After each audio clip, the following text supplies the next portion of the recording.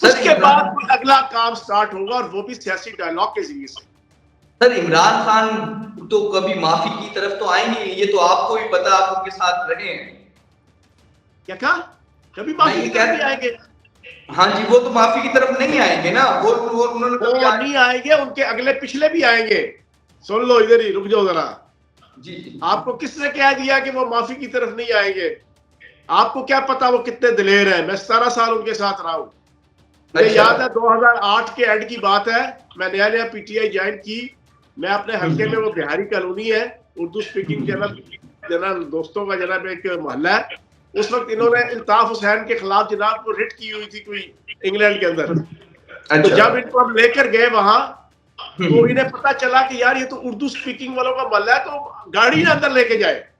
اچھا، بڑا کہا، وہ عامر کیانی اور سیف اللہ نیازی ساتھ ہوتے تھے، انہوں نے کہا کہ جناب خان صاحب آئے نا اندر. انہوں نے کہا نہیں نہیں، یہ وہ الطاف حسین کے حامیوں کا محلہ ہے. پھر میں آیا، میں آ کے ان کو لے کے گیا اندر. میں کہا میرے ساتھ آئے، آپ کو کوئی ہاتھ نہیں لگاتا ہے، آپ کے اوپر کوئی کسی قسم کی دشنام ترازی نہیں کرتا. تاکہ بندوں ساری سوشل میڈیا کی باتیں ہیں، ملتے ترلے کر کر کے تھک گیا اگلا پچھلے 1.25 سال میں. اچھا، کبھی جنرل نعیم لودھی کے ذریعے سے، کبھی کس کے ذریعے سے، کبھی کس کے ذریعے سے. وہ تو کہتے ہیں کپتان فوج اور اسٹیبلشمنٹ جو ہے وہ ان کے ساتھ کسی قسم کی جناب نہ ہاتھ بڑھانے کو تیار ہے، نہ بات کرنے کو تیار ہے، نہ منہ لگانے کو تیار ہے. سر پی ٹی آئی کے سپورٹر تو کہتے ہیں کپتان ڈٹا ہوا ہے، ان کے لیڈران کہتے ہیں کپتان ڈٹا ہوا ہے. ہاں بس ڈٹا ہوا ہے. تبھی اس کو جناب موشن لگے ہوئے ہیں کہ کسی طریقے سے مجھے باہر نکالو. تبھی ہر مہینے جناب اسلام آباد کے اوپر چڑھائی ہے کہ مجھے باہر نکالو. تبھی ہر وقت کی تڑیاں ہیں کہ مجھے باہر نکالو. تبھی بریسٹر گوہر سے لے کے شیر افضل مروت سے لے کے اسد کیسر سے لے کے شبلی فراز سے لے کے جناب آپ کے علی ظفر سے لے کے سلیمان اکرم راجہ تک ہر بندے کو جناب لام تان اور ڈانٹ پڑ چکی ہے کہ کچھ کرو میرے لیے. یہ ساری سوشل میڈیا کی باتیں ہیں جو آپ کر رہے ہیں نا. سر وہ تو کہتے ہیں کہ عمران خان تو خود کہتا ہے کہ میرے پاس ابھی آخری پتہ ہے، آخری کارڈ ہے، وہ میں دکھاؤں گا ٹائم آنے پہ. آپ کو بتاؤں اس کا آخری کارڈ کیا ہوگا؟ کیا ہوگا؟ خودکشی.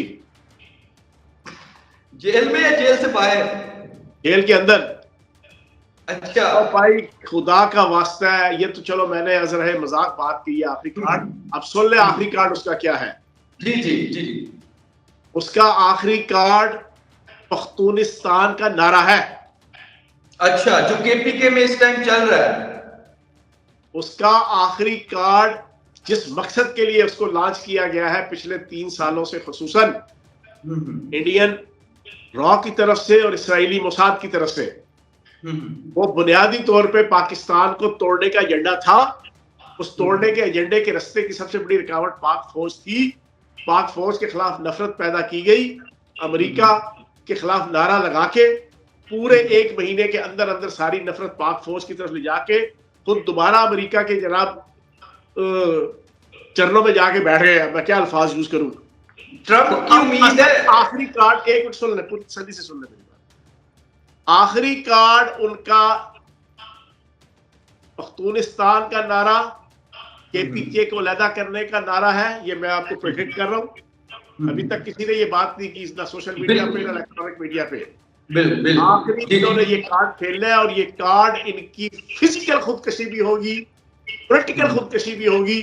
اور کے پی کے کی عوام نے اس کو چھیڑ چھیڑ کے وہ چھتر مارنے ہیں، وہ لتر مارنے ہیں اس کے اوپر. اس کی سوچ سے باہر.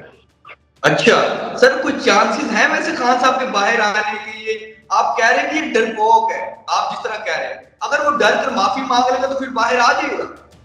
سر معافی مانگنے سے بھی باہر نہیں آئے گا. اچھا سر بات یہ ہے، ابتدا معافی مانگنے سے ہونی ہے، اس کے بعد آپ کا پروسیس ہونا ہے سیاسی ڈائلاگ. اور وہ سیاسی ڈائلاگ ہونا ہے آصف زرداری صاحب سے، شہباز شریف صاحب سے، نواز شریف صاحب سے، آپ کا حکومت سے ڈائلاگ کرنا ہے، پولیٹیکل ڈائلاگ کرنا ہے. اس میں پھر کچھ چیزیں ہوں گی. معافی مانگنے کے بعد یہ سارا ڈائلاگ سٹارٹ ہوگا. ٹھیک ہے، اس کے بعد بالکل بالکل سر. 2 طلاقوں کی باتیں ہو رہی تھی. ایک طلاق کا تو آپ نے بھی ذکر کیا تھا فرحان میرت صاحب کے شو میں کہ عمران خان کو بشرا بی بی کو باہر آ کے طلاق دیں گے. ایسے ہی ہونا جا رہا ہے یا صرف وہ آپ کا تجزیہ تھا؟ سر میں نے پہلا بندہ ہوں، میں نے یہ پریڈکٹ کیا تھا کہ یہ طے ہو گیا ہے کہ بانی تحریک انصاف نے بشرا بی بی کو طلاق دینی ہی دینی ہے. لیکن اب مجبوری کیا ہے؟ مجبوری یہ ہے کہ جتنے اسٹیبلشمنٹ، جتنی ریاست، جتنی عدالت کے اندر اور حکومت کی طرف سے ان کے خلاف ایف آئی آرز ہیں، 190 ملین پاؤنڈ سے لے کے توشہ خانہ 1، توشہ خانہ 2 سے لے کے جو پی سی او کیسز ہیں، وہ اکٹھے جناب پارٹنر ان کرائم ہے. جنرل فیض حمید، بانی تحریک انصاف اور بشرا بی بی. ایک تو یہ مجبوری ہے. دوسری سب سے بڑی مجبوری یہ ہے کہ زمان پارک کا جو کروڑوں روپے کی مالیت کا گھر ہے وہ نام لگوا چکے ہیں بشرا بی بی کے. اچھا ہاں، لیکن ایک بات طے شدہ ہے کہ ذرا سی ریلیف ملنی ہے بانی تحریک انصاف کو تو پہلا کام انہوں نے بشرا بی بی کو جناب بڑی عزت احترام سے رخصت کر دینا ہے کہ چلو سر یہ رخصت ہی کرنا ہے تو یہ اچانک ان کی سیاست میں کیوں انٹری کروائی ہے بشرا بی بی کی، اور پھر دوبارہ یہ 24 نومبر والا واقعہ کروا دیا؟ اس دن وہ یوں کر کے ہاتھ دکھا رہی تھی اور بڑے لہرا رہی تھی ہاتھوں کو بشرا بی بی. سر میں نے ہی یہ بات کہی تھی کہ بشرا بی بی پراپر اسٹیبلشمنٹ کے ساتھ ڈیل کر کے باہر آئی تھی. اچھا، بنیادی مقصد یہ تھا کہ انہوں نے جو رہی صحیح کوئی رتی برابر رمق جو ہے نا ایجیٹیشن کی، ایگریشن کی، ریزسٹنس کی پی ٹی آئی کے اندر رہ گئی تھی، اس کو ختم کرنے کے لیے انہوں نے جناب پورے کا پورا وہ ماحول بنا دیا، اور ایسا ماحول بنایا کہ بیڑا غرق کر دیا 24، 25، 26 نومبر کو پارٹی کا بھی، پارٹی کی لیڈرشپ کا بھی اور بانی تحریک انصاف کا. بالکل سر حکومت کی سننے میں آ رہا ہے حکومت کی چھٹی کروائی جا رہی ہے اور نیا وزیر اعظم شاید بلاول کی طرف بات جاری ہے. فیصل واڈا بھی اسی طرح کی کچھ باتیں کر رہے ہیں. نہیں، قطر بھی کوئی نہیں. میں پنڈی اسلام آباد میں بیٹھا ہوں، جو میری انفارمیشن ہے بالکل یہ حکومت ابھی چل رہی ہے، اور اس حکومت کا چلنا میں سمجھتا ہوں کہ پاکستان کے لیے انتہائی ضروری ہے. لیکن حکومت ایک کام کرے نون لیگ کے پولیٹیکل گراؤنڈز میں پراپر طریقے سے پی ٹی آئی کا مقابلہ کرے، کیونکہ وہ صحیح طریقے سے کر نہیں رہی. بالکل صحیح طریقے سے کنفرنٹ کرنا چاہیے پی ٹی آئی کو لمحہ بلمحہ، اور ڈیلی. بالکل ان کے جو سینئر 5-6 منسٹرز ہیں، خود نواز شریف صاحب کو میں یہ سمجھتا ہوں نواز شریف صاحب کے لیے بڑا اچھا موقع تھا 24-25 نومبر کو جو سارا جو دنگا فساد، ظلم، جبر، استحصال، جھوٹ، فراڈ، ریپ، انہوں نے جو فائنل میچ کھیلا تھا، اس پہ نواز شریف صاحب فرنٹ فٹ پہ آتے، فرنٹ فٹ پہ آ کے وہ سارا جناب اپنا بیانیہ اور اپنا نیریٹو دیتے، تو اس میں نواز شریف صاحب کا بھی فائدہ تھا اور نون لیگ کا بھی. بالکل سے نواز شریف صاحب نے سارے کا سارا کام اسٹیبلشمنٹ اور فورس کے اوپر چھوڑا ہوا ہے کہ آپ جانے اور آپ کا کام جانے. اس سے کنسیکوینٹلی نقصان نون لیگ کی حکومت کو اور نون لیگ کو ہو رہا ہے. بالکل. اچھا سر آخری سوال میں کروں، ٹائم آپ کے پاس بھی کم ہے، کہ Imran Khan P T I کا مستقبل کیا دیکھ رہے ہیں؟ جو اتنے زیادہ اس میں لیڈران ہیں، لوگ ہیں، کیا دیکھ رہے ہیں پی ٹی آئی کا مستقبل؟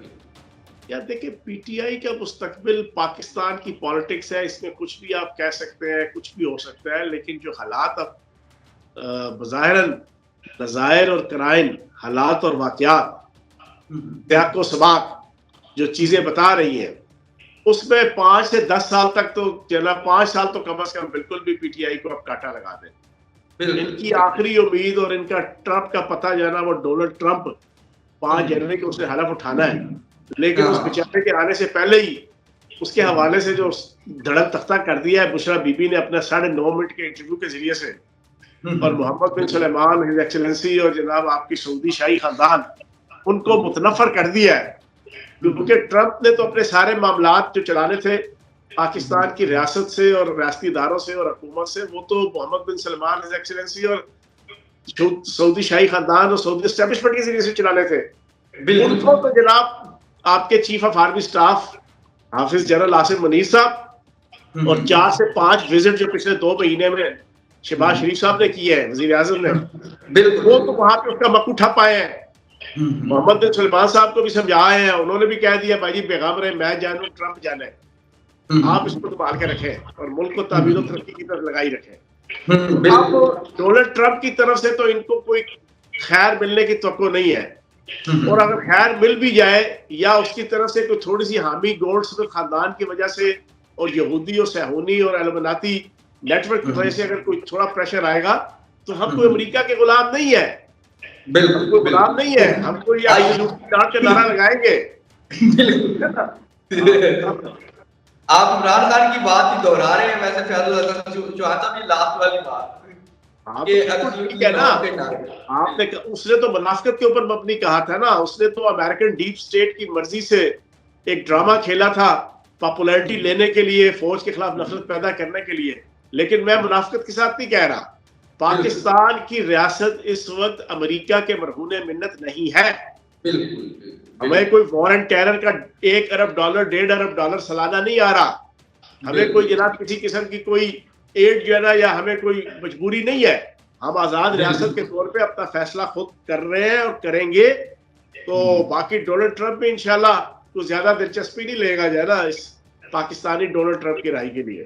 بالکل ناظرین جی, تو آپ لوگوں نے دیکھا جیسے فیاض الحسن چوہان صاحب نے بتایا کہ عمران خان کے باہر آنے کے چانس نہ ہونے کے برابر ہے اور کوئی ڈیل شیل اس ٹائم نظر نہیں آ رہی ہوتی ہوئی.